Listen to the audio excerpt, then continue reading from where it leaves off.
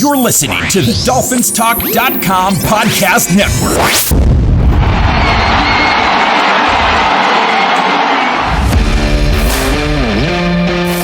Welcome to Dolphins Talk Weekly, your one-stop audio breakdown of all of this week's Miami Dolphins news.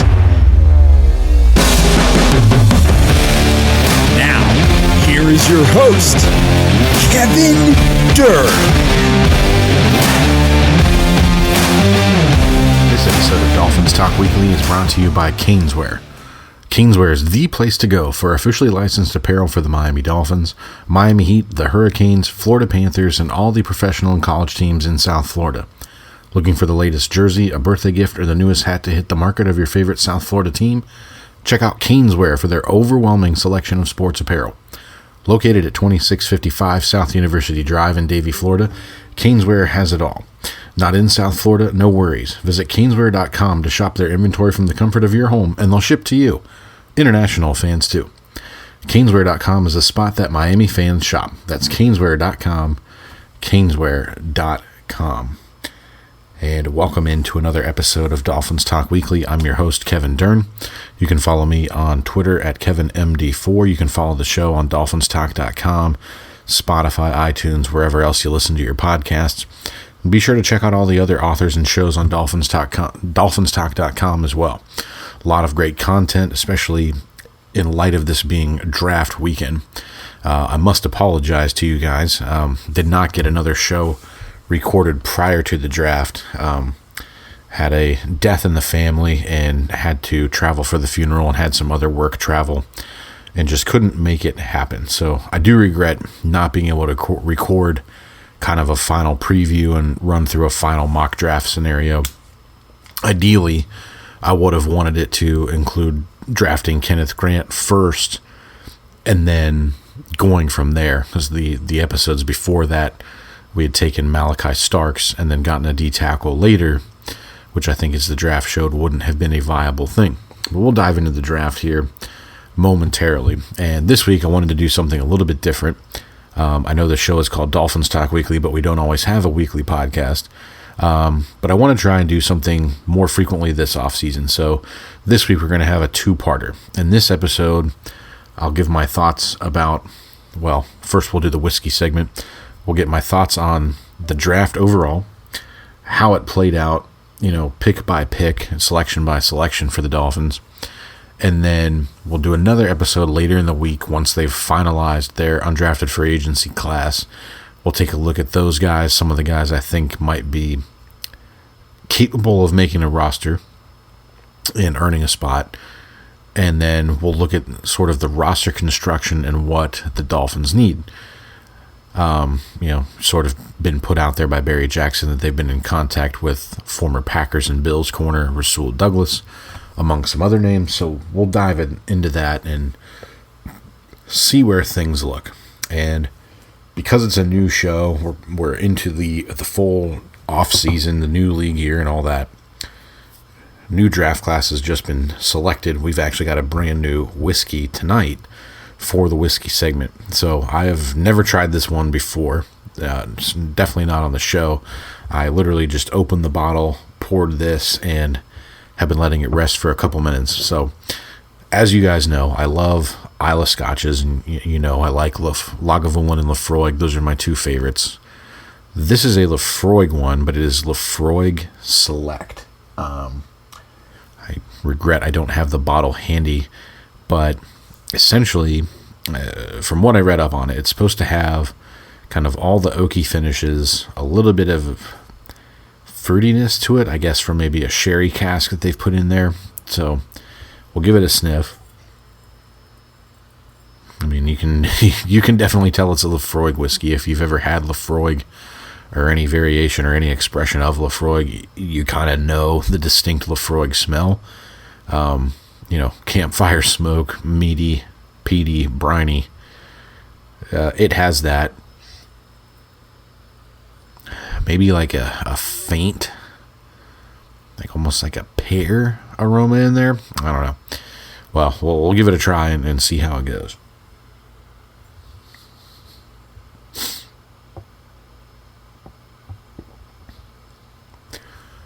It's very interesting. You definitely get the baseline Lafroig flavor, but it's more of an undertone.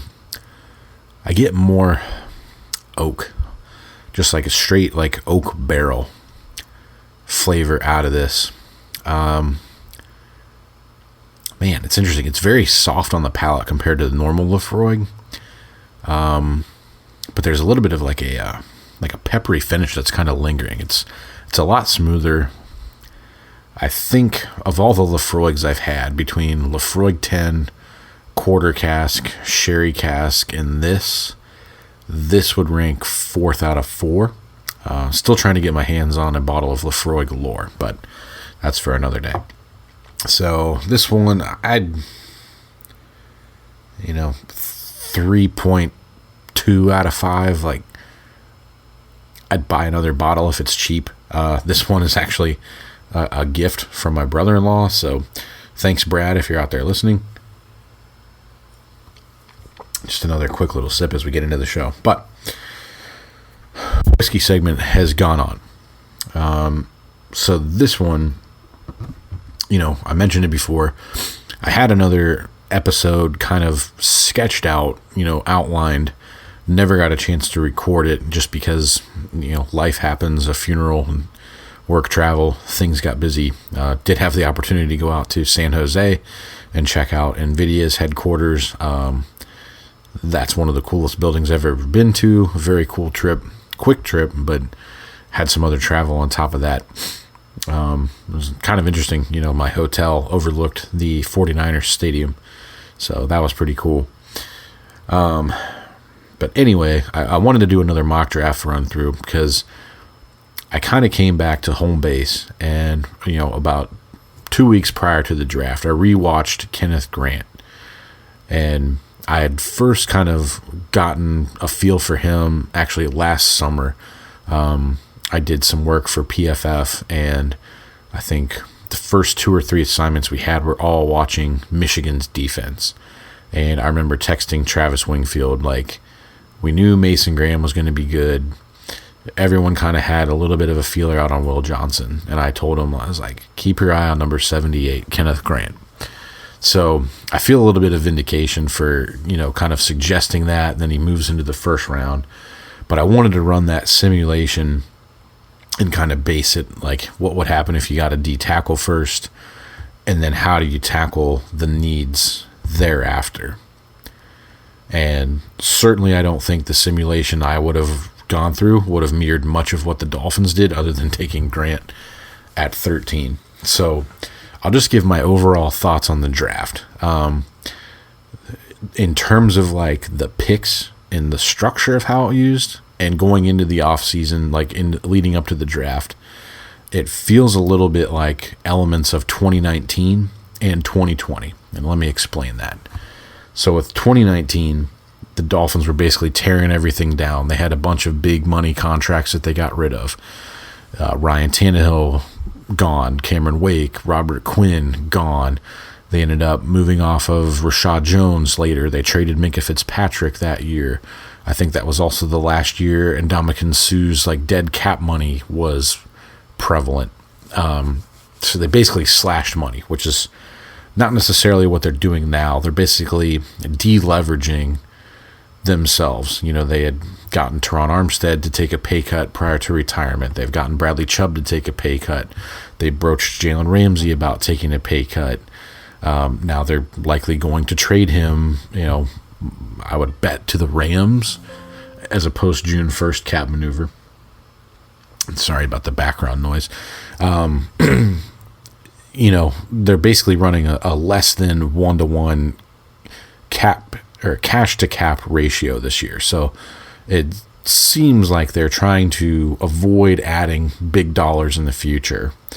I know there's been some speculation about Stephen Ross selling the team and that sort of thing.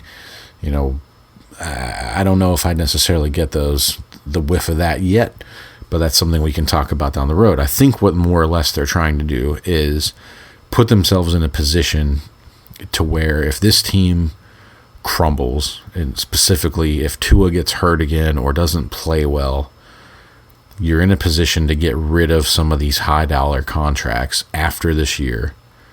Tua among them, Bradley Chubb. You can make the decision to let Jalen Phillips walk, even though he's getting, $18 million this year on the 5th-year option.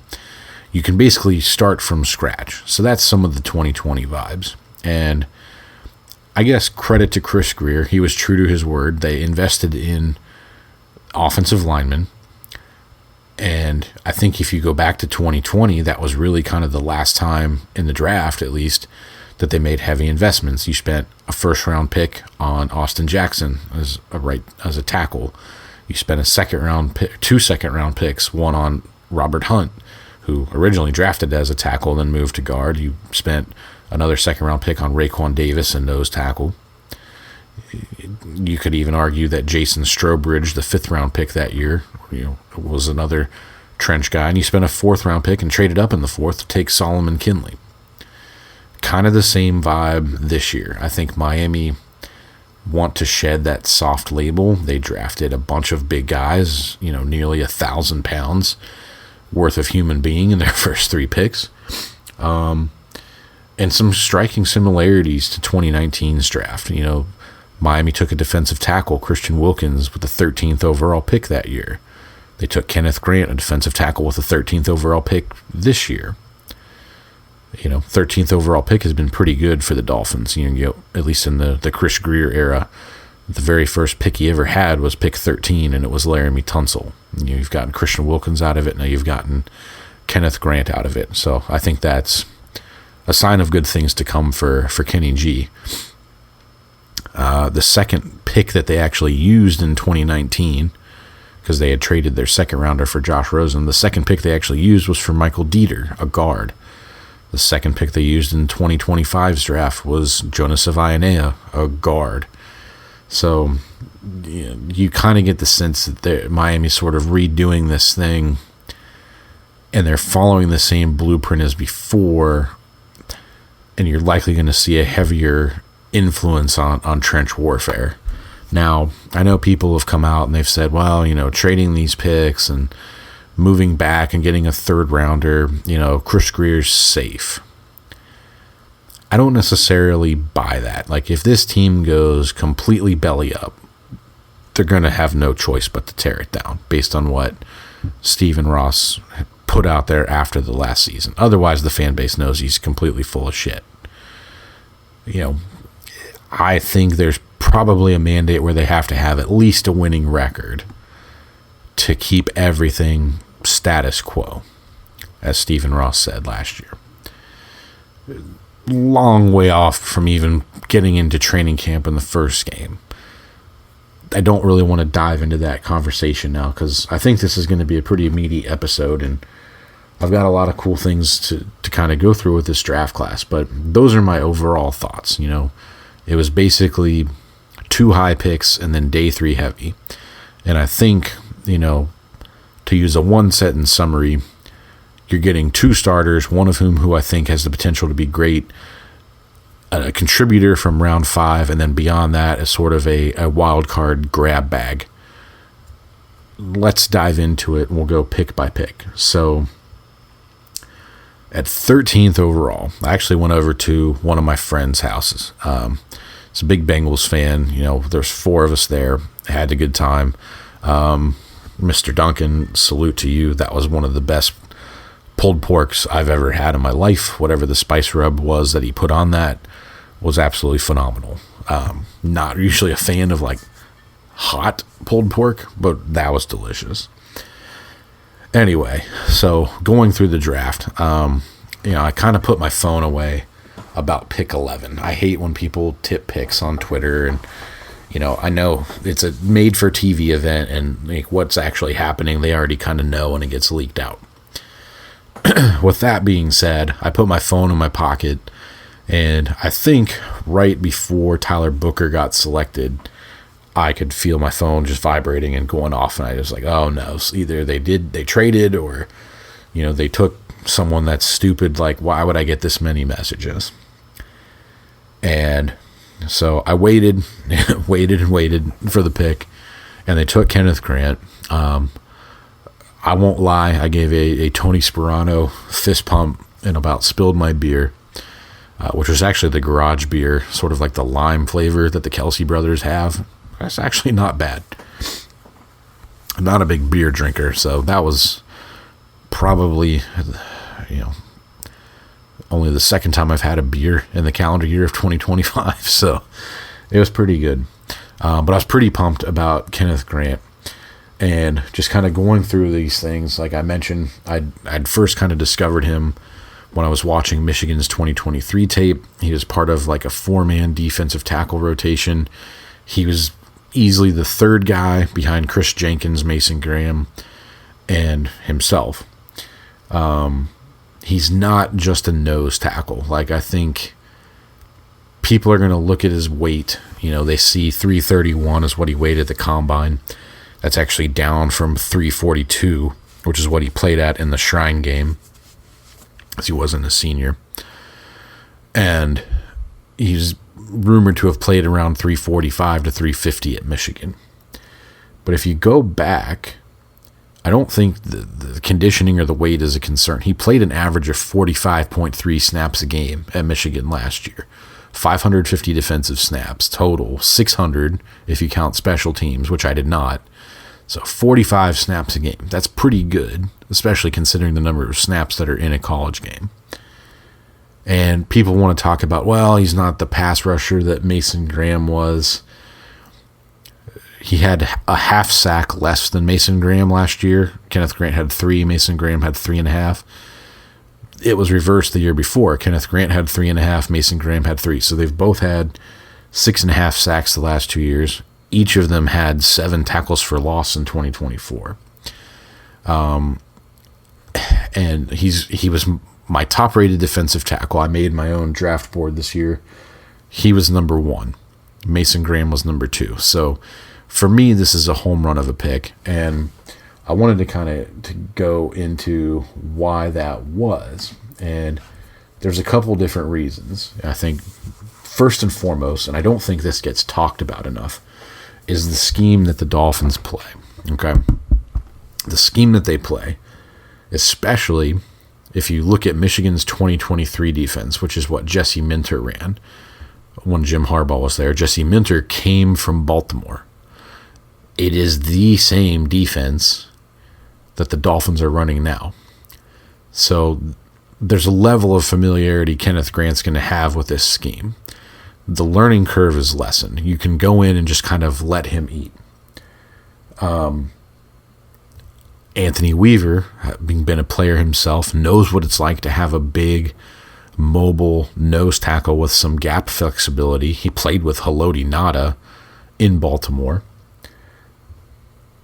And I think, based on some things that have been passed to me, I think we've talked about this before on the show, but I think if it hadn't been for Chubb missing all of last year, and then with Jalen Phillips getting hurt in week 4, you really hadn't gotten Chop fully involved at that point. I think if Anthony Weaver had his druthers, he would have structured the defensive fronts very similarly to what Vic Fangio did in 2023 and to what we saw Josh Boyer do in 2022 after Miami traded for Bradley Chubb, which is to say it's a 4-man front. You can basically have your defensive ends play with their hand in the dirt or stand up. So if you want to call it a 2-4, I wouldn't, object to that. And you're basically playing sort of a semi-wide 9 system. It's not the full thing. You're basically playing a true 5 instead of a wide 5. You're playing a 1 technique instead of a 2-eye. And then you got a 3 and a 9 as normal. So I think if you go back and you watch Michigan from either 23 or 24, last year when they had Wink Martindale, the front that Michigan runs is structured the same. There's a lot of slants and angles at the snap. There's a lot of pick stunts and pick games and pass rush. Kenneth Grant's got experience with all of this.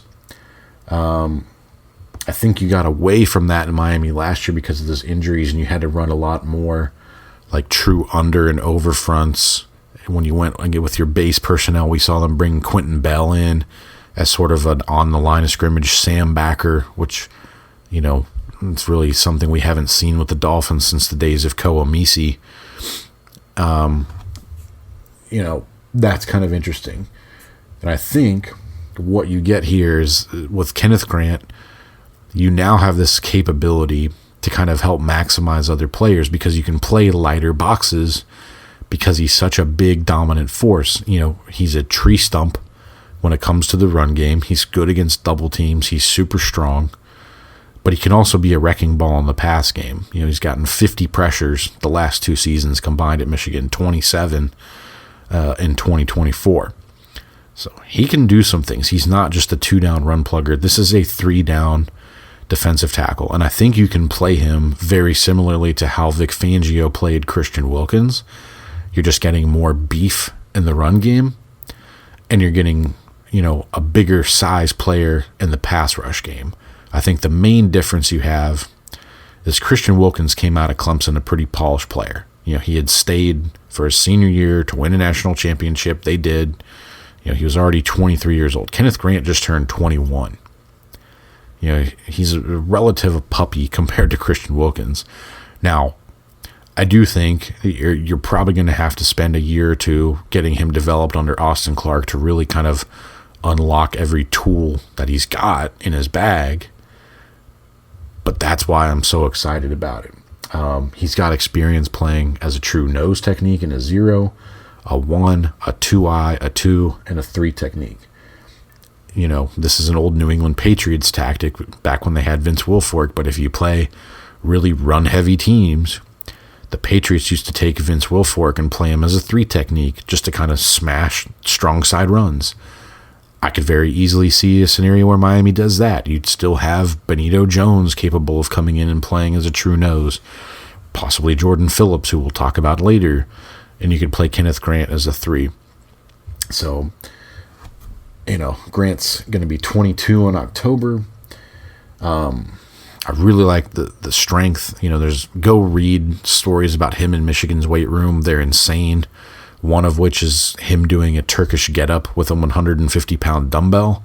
YouTube what a Turkish getup is, and then try and do one yourself without any weight. Then try and do it with like a 50-pounder and see what happens. He's doing this with 150 pounds at 340 pounds body weight. I like in the passing game that he's already got some established moves. He's got a very good club move. He swipes pretty well. He does sort of the snatch and grab move that Ndamukong Suh used to do and sort of half swims them. There's a lot of pass rush potential there. I think you're going to have to kind of work with him on sort of what a pass rush plan is, because sometimes if his first move doesn't work, it's hard for him to kind of throw counters, and he ends up just kind of stalemating a guy and looking to get a pass deflection. He's had a number of those. He's even had 2 interceptions to his name, catching deflections. He knows how to play pretty well against double teams. He knows how to attack in one-gap situations. He told the Miami media he models himself after Dexter Lawrence and Vita Vea. I think you can see that element. It's just a rare blend of size, strength, and athleticism. I think really the only thing that you need to truly work on him down in, down out is pad level consistency. He's got some tendency to get his base narrow and play a little upright. That can get him into trouble, especially against zone blocking teams. He needs to learn how to keep his pads consistently low all the time. And that's something that's coachable. Austin Clark, one of the best defensive line coaches in the game. You look at how he's developed Zach Sealer since he came to the team in the middle of 2019. You look at how Christian Wilkins developed. You look at the use he got out of Benito Jones. You look at the use he got out of Deshaun Hand last year. I'm not too worried about him developing Kenneth Grant. And I think this does a number of things for you. Like, it stabilizes the run game. You can give Zach Sealer like a plus athlete to be able to play in tandem with, the way you had with Christian Wilkins. And you're doing it, I would imagine Kenneth Grant probably ends up playing closer to 335 or 340. That's a lot of beef. I don't know if he'll necessarily play like 80% of the snaps like Wilkins did, and I don't think that's how Weaver operates. But given that he can play 45 snaps a game for you at Michigan, I don't think it's out of the realm of possibility to see him and Sealer both, increase above like the 60% mark this year. And that feels like a pretty good value on a snap-for-snap basis on what you're going to get. I also think it allows you to play lighter boxes. Like we saw how good Jordan Brooks was when he walks out wide into the slot or as an overhang defender. You can still do that. You can play a lighter box than normal and allow Jordan Brooks to be Jordan Brooks because you don't have to worry about guys getting to Tyrell Dodson or, Willie Gay or whoever you want to use as your other off-ball guy, because now you've got a massive dude in the middle instead of like Sealer and Calais Campbell, who are both tall, long, linear dudes. So I think it helps satisfy the run game. As I mentioned before, he's already experienced in this defense. He's a selfless player. He knows how to operate in these pick games and stunts and different things that they do. This is hand in glove fit. It hits a big need. It's basically the answer that you missed a year ago when Christian Wilkins left in free agency. So this was my favorite defensive tackle player. This is who I would have mocked to the Dolphins had we gotten to the last scenario. I even had my draft board set up for pick 13, and I'll read off the guys I had. Kenneth Grant was 1, Malachi Starks was 2, Jahdae Barron was 3. I had Will Johnson as 4, and then an O lineman was 5. So to me, this is a home run pick. I think it's going to take a little while for people to kind of see the impact Kenneth Grant makes, because the impact he's going to generate isn't necessarily going to be reflective in the box score, which is a nuance I think a lot of Dolphins fans glossed over when it comes to Christian Wilkins. But this is a damn good pick. I'm very excited for it. So, and as much as I was excited about Kenneth Grant, we went into day 2, actually had a lunch meeting at a nice steakhouse on Friday, so I was feeling pretty good. Friday night, the draft comes around, and they make a move up to pick 37 from 48 to take guard Jonah Savayanea from Arizona. And to me, this is good pick, poor process. Okay. To me, if you're going to move up 11 spots, right? If you're moving up 11 spots,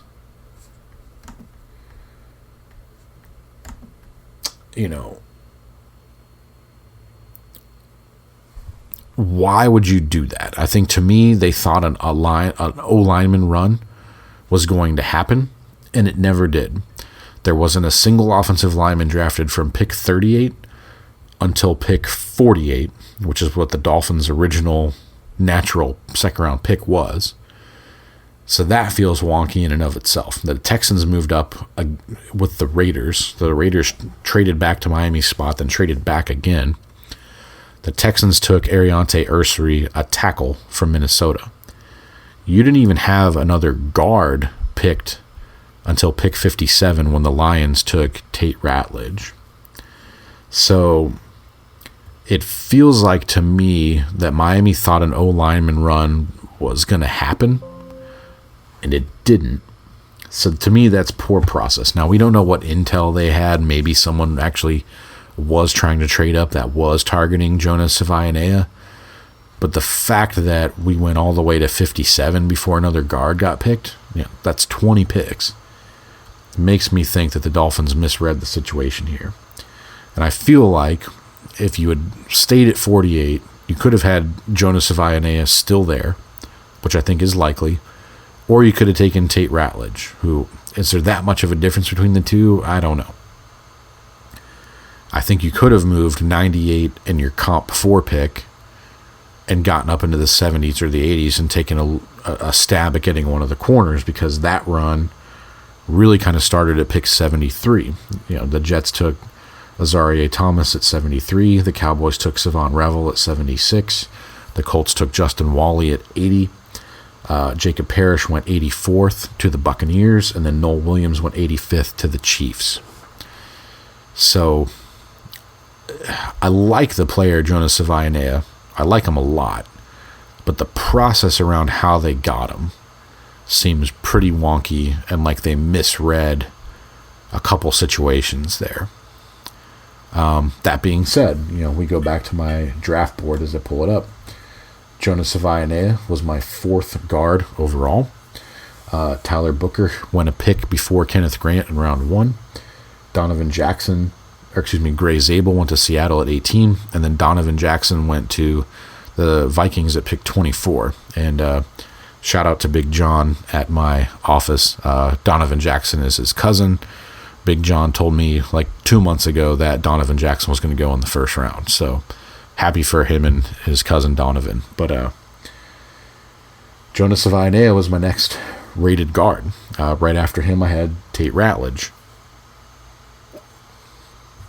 So I don't know. I had to take another sip of Lafroig there to kind of get the poor process out of my mouth. But again, really like Savaianea. He's basically a carbon clone of James Daniels. James Daniels is 6'4", 327. Savaianea is 6'4", 324. He's played over 1,000 snaps at tackle in college at Arizona. He's played left and right tackle in the same game. He's played right guard before. He's really good in pass protection. When he gets it right, I think he's really solid. His footwork is good. He plays with a good base. For a bigger guy, he's actually pretty maneuverable out in space. You see him as a lead guy on screens and stuff like that. I think there's some work to be desired in his run blocking, especially staying on guys. But again, I really like the pick. I think he's going to be a day one starter, just as Chris Greer said. I do wonder, though, if they just kind of slot him into the left side. Mike McDaniel basically gave an answer about like body mechanics and how comfortable people were. I don't necessarily know if you want to mess with having a backside of James Daniels and Austin Jackson to kind of help protect Tua, and then use slide protection to help with Patrick Paul. That's an interesting thing you're going to have to look at. But I think Savaianea can come in, can be a starter. You're going to get solid pass protection from him. I think there's potential for him in the run game to kind of really improve. I think the scheme will help. You can also have the potential to run some inside zone and some duo stuff with him that maybe you didn't have last year with Rob Jones and Liam Eichenberg. So, like, if I was going to grade your first 2 days of the draft, like, Kenneth Grant for me is an A, easy A. Jonas Savaianea, the pick, for me is like an A-, but the process you use to get to him, I think, is a C. I think that's, you kind of missed your mark there on what you thought was going to happen. So they didn't have another pick the rest of that night. Greer talked about how they tried to trade back into round 3. Didn't happen. So they get to round 4. And again, they traded out. They got a 3rd rounder next year and the extra 5th round pick. They gave up a 7th rounder. So I think that's pretty good value. And you're starting to stack certain things. You look at next year's draft, you have a 1, a 2, 2 3s.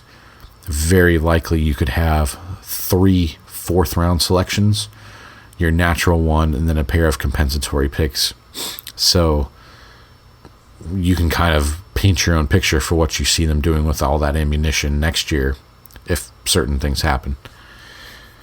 But I do wonder if, since they already missed out on the cornerback run that took place really from 73 to 85, I kind of wonder if the mini defensive tackle run that happened right in front of them going into pick 116 gave them impetus to trade the pick. Because you look at pick 109, the Bills took Deion Walker.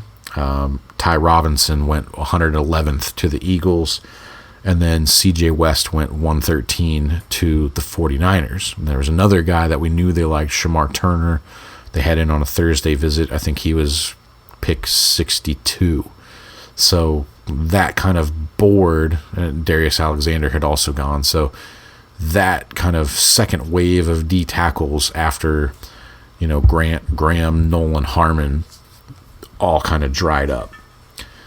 So they don't have another pick until, the early 5th round, 143.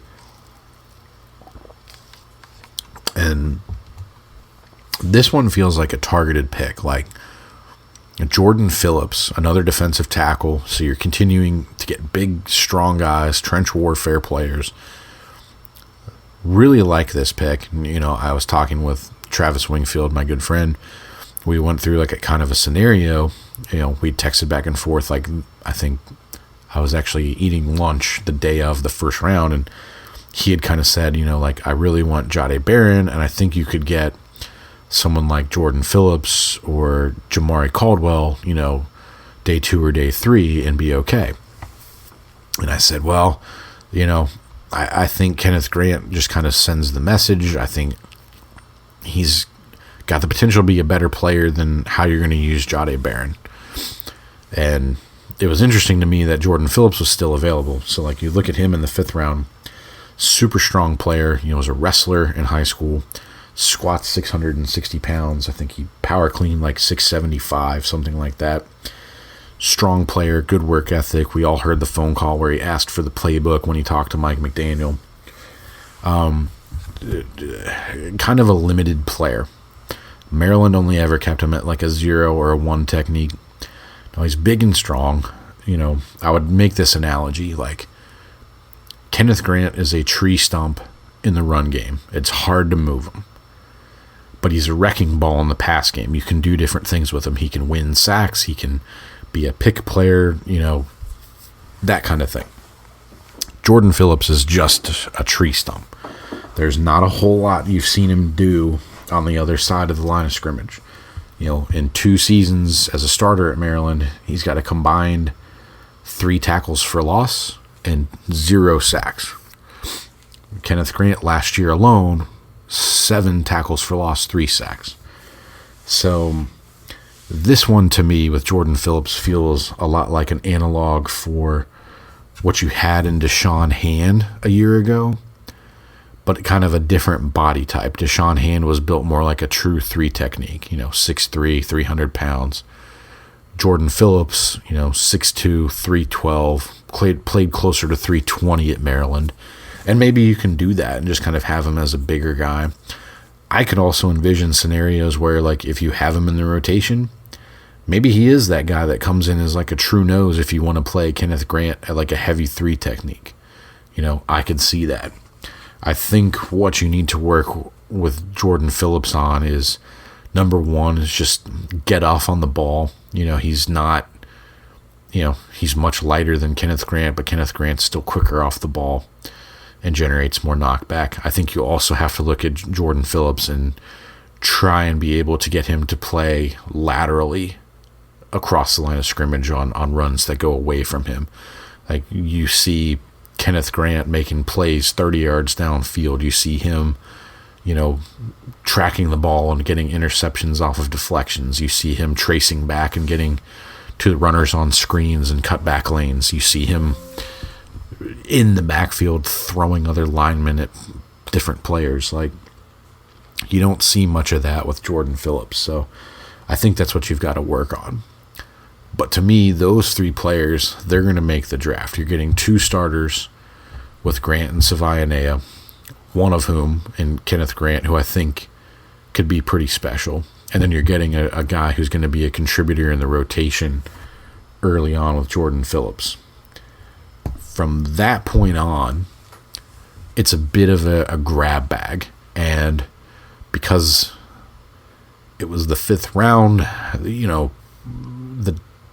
the wife basically strong-armed me into doing some errands yesterday because we'd already offloaded our 5-year-old. We had only our 2-year-old, and we needed to do a lot of around-the-house projects and such. So didn't really get to watch much of the rest of the draft until I think I actually saw the Quinn Ewers pick, or that happened right when I got home. So Jason Marshall, the next pick from Florida. The rest of the draft from this point on feels kind of like just sort of a grab bag. It's a wild card. Not that fifth rounders aren't anyway, but we've seen the Dolphins have had success in the fifth round. Some really good players have come out of there. Zach Thomas, Hall of Famer, Rashad Jones, probably the best safety we've had since Brock Marion. You look at, we've even gotten contributions from guys like Nolan Carroll, Jay Ajayi, Tony Lippett. We've seen some guys do some things out of the fifth round, so it's nothing to sneeze at. Jason Marshall, this one is a traits pick. He's got a really good RAS score, 9.04. He's a former top 30 recruit in the country. He's from Miami, Florida, ended up going to the Florida Gators. He's really good in zone coverage. I think he's able to recognize route concepts. He's not afraid to try and jump routes, or jump from like a crosser, from one guy to the other if it's in his area. But you see limited ball production. He has 2 interceptions in 4 years as a starter at Florida. He had 1 as a freshman, 1 as a sophomore. He did have 18 combined pass breakups his sophomore and junior seasons, and then an injury limited him to just 7 games last year. But if you dig around on Twitter, you'll see a tweet from Eric Galko, who runs the East-West Shrine game. Galko had said basically if he came out after his junior year, kind of the feedback was that he'd be a 4th or 5th rounder. And talking with some people, he thought, well, if I go back to school, I could probably be a top 100 pick, but then the injury happened. So Eric Galko basically tweeted out that, he was really impressive. He's got a super high football IQ. He's wildly athletic. Like, this is a traits guy. Like, his explosion scores, his broad jump and his vertical are both really good. I think he had a 37-inch vertical, and I forget what the broad jump was. I know it was over 10 feet.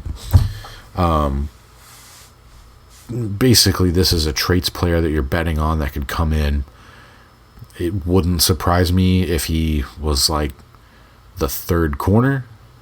At the same time, it wouldn't surprise me if he didn't make the roster. Like, that's kind of how the Dolphins cornerback room stacks up.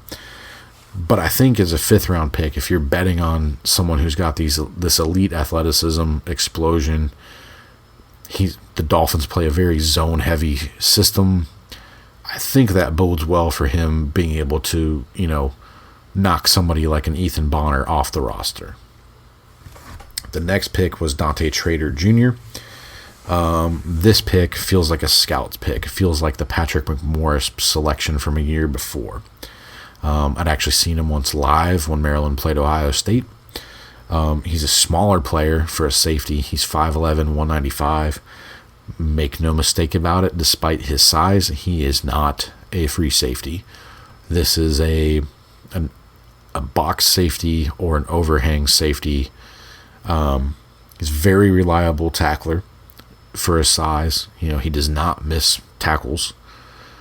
He plays the run game very well. He's able to come down from a perch position and play the run game. He's a limited athlete. He has a 2.93 RAS score. He ran a 4.65 in the 40. Like, just watching a couple games of him, this is not a player you ever want to have playing middle of the field safety. This is like the bullshit reps that Jordan Poyer got as a middle of the field safety bad. You do not want him playing middle of the field safety in cover 1 and cover 3. Do not even try it. What you can do, though, is you could possibly play him as a split field safety when you're running 2-man or quarters, things like that. To me, this feels a lot more like Brandon Jones in the Brian Flores system, sort of a jobs player.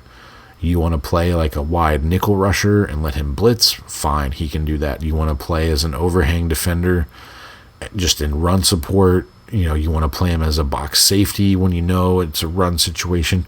Fine, bring him into the field. He can do some things. He can probably play special teams. But if you're thinking he's going to be a replacement for Javon Holland, no. Just no. This is a box safety. This is a jobs player, which I think in the 5th round is fine. It's fine to have him on the roster. You've got to be careful with how you use him. The 6th round pick, running back Ollie Gordon. This one, I'd kind of gotten some intel from a pretty good source that, like, if he was there on day 3, the Dolphins were going to take him at some point, and they did. There's a group of guys I talk with. We do like 20 names. You write 20 names and see how many you can get drafted. And I ended up with 3. I had Kenneth Grant on my list. I had Ollie Gordon on my list. I had Quinn Ewers on my list. Even got 2 undrafted free agents as well. But those don't count. They got to be drafted. So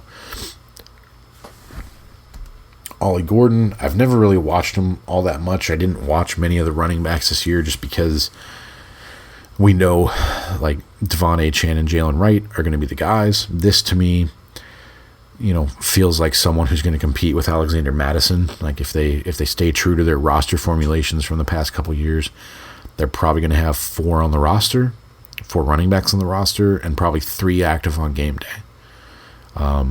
Of the reps I've watched Ollie Gordon, he seems like very different from Achane and Wright, who are kind of speedy slasher types.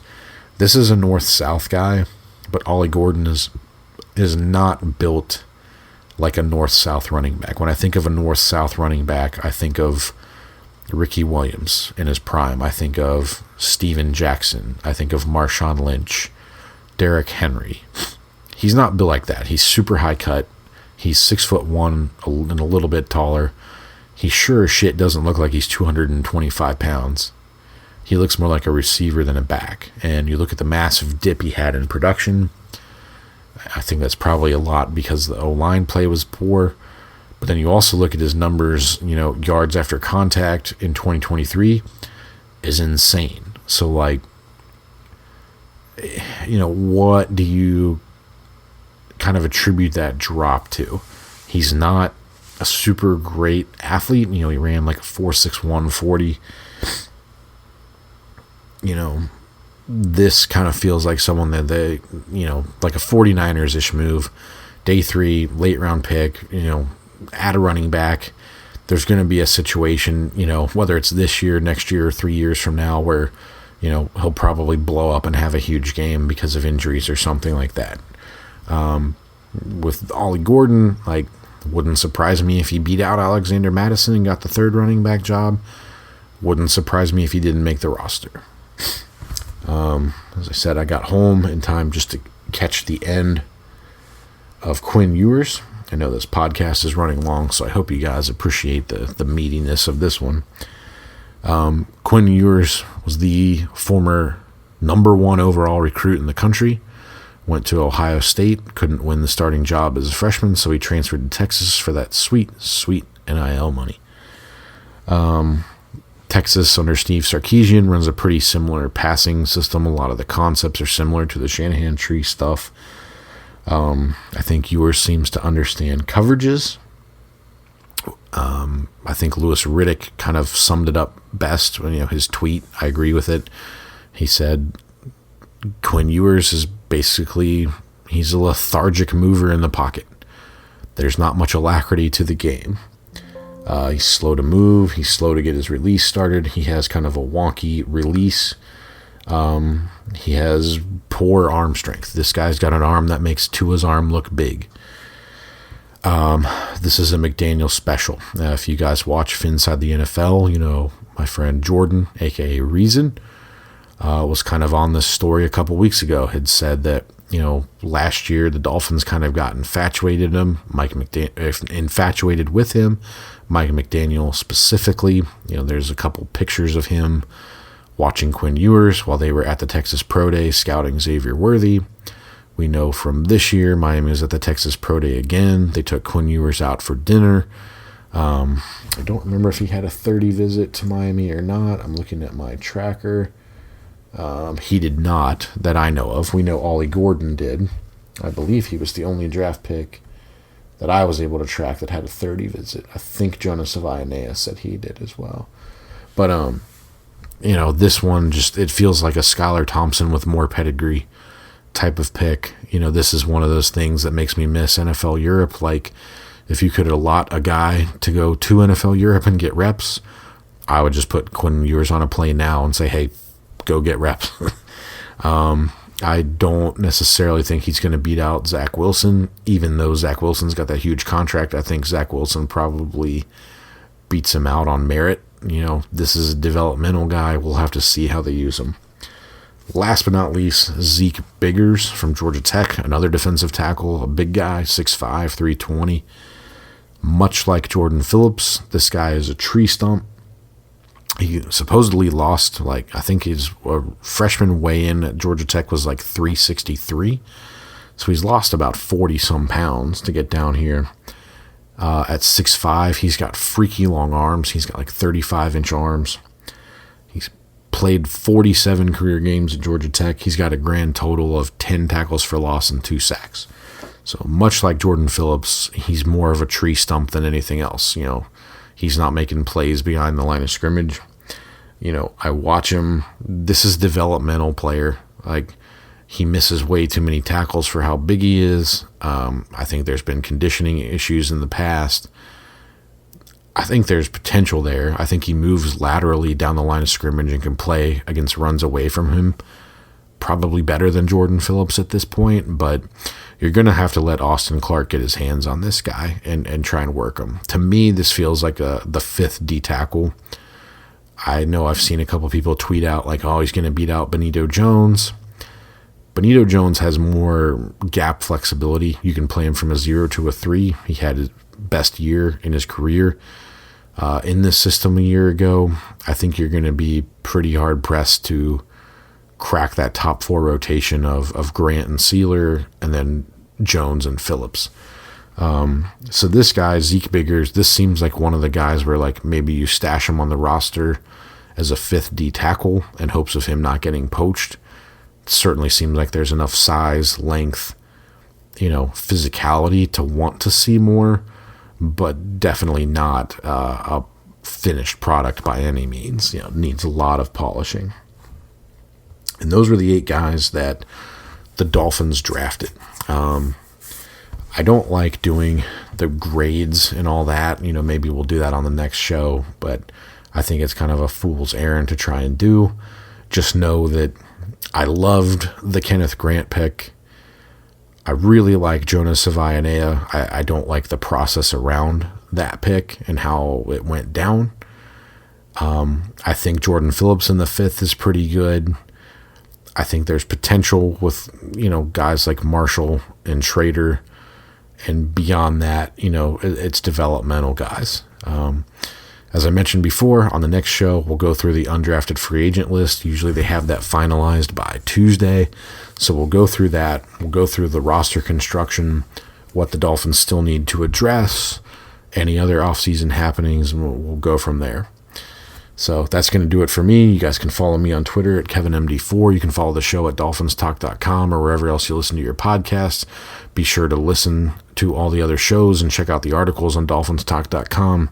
That's going to do it. We'll have another episode later this week. Fins up and have a great week, everybody. This episode of Dolphins Talk Weekly was brought to you by Caneswear. Caneswear is the place to go for officially licensed apparel for the Miami Dolphins, Miami Heat, the Hurricanes, Florida Panthers, and all the pro and college teams in South Florida. Looking for the latest jersey, a birthday gift, or the newest hat to hit the market of your favorite South Florida team? Check out Caneswear for their overwhelming selection of sports apparel. Located at 2655 South University Drive in Davie, Florida, Caneswear has it all. Not in South Florida? No worries. Visit Caneswear.com to shop their inventory from the comfort of your home, and they'll ship to you. International fans too. Caneswear.com is the spot that Miami fans shop. That's Caneswear.com. Caneswear.com.